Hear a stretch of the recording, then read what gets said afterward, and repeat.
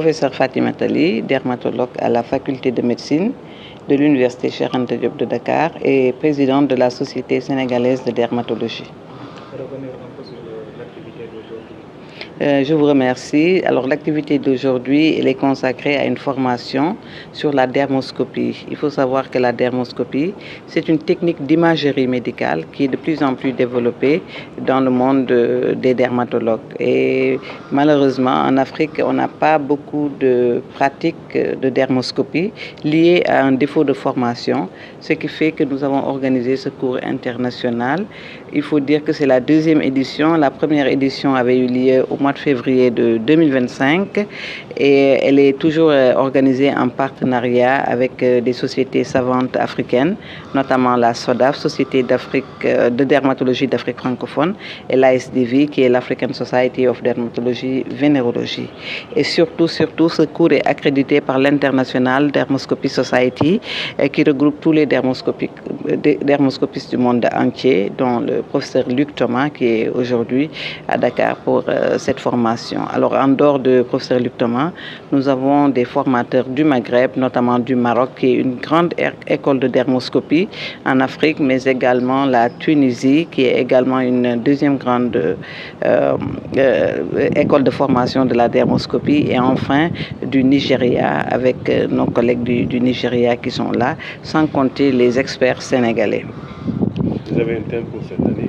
Alors, pour les cours, il n'y a pas de thème. On parle de la dermoscopie en général, mais surtout de l'inflammoscopie, de la dermoscopie des tumeurs, puisque l'une des motivations de la mise à disposition de cet outil, justement, c'est de différencier les cancers de la peau des tumeurs bénignes. C'est pour ça que le dermoscope a été créé.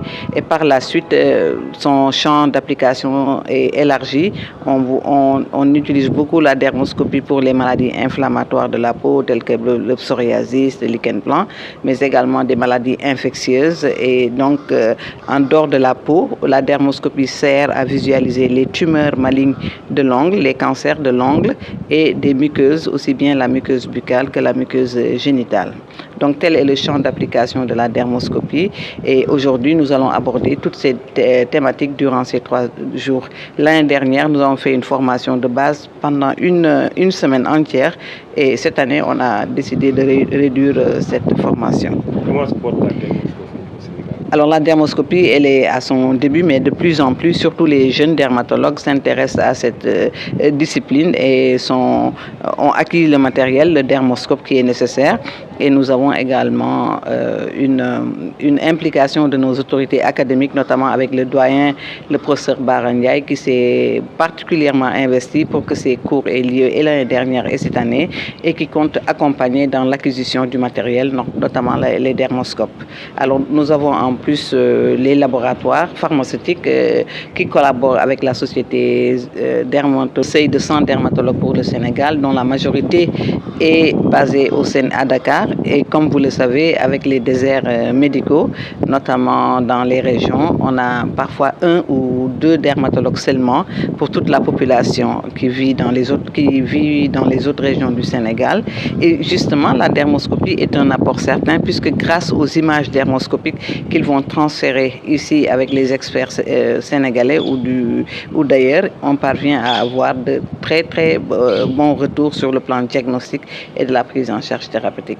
Mais il y a de nombreux défis qu'il faut relever dans la pratique de la dermoscopie et nous espérons aboutir à une formation diplômante dans quelques années, Inch'Allah. C'est un cours qui regroupe plus de 16 nationalités.